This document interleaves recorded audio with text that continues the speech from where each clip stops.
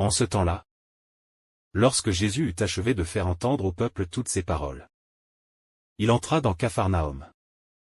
Il y avait un centurion dont un esclave était malade et sur le point de mourir. Or le centurion tenait beaucoup à lui. Ayant entendu parler de Jésus, il lui envoya des notables juifs pour lui demander de venir sauver son esclave.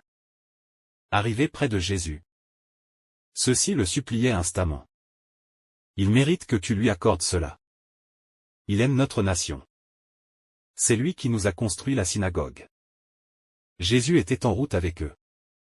Et déjà il n'était plus loin de la maison, quand le centurion envoya des amis lui dire: Seigneur, ne prends pas cette peine. Car je ne suis pas digne que tu entres sous mon toit. C'est pourquoi je ne me suis pas autorisé, moi-même, à venir te trouver. Mais dis une parole, et que mon serviteur soit guéri. Moi, je suis quelqu'un de subordonné à une autorité. Mais j'ai des soldats sous mes ordres. À l'un, je dis, va, et il va. À un autre, viens, et il vient. Et à mon esclave, fais ceci, et il le fait. Entendant cela, Jésus fut en admiration devant lui.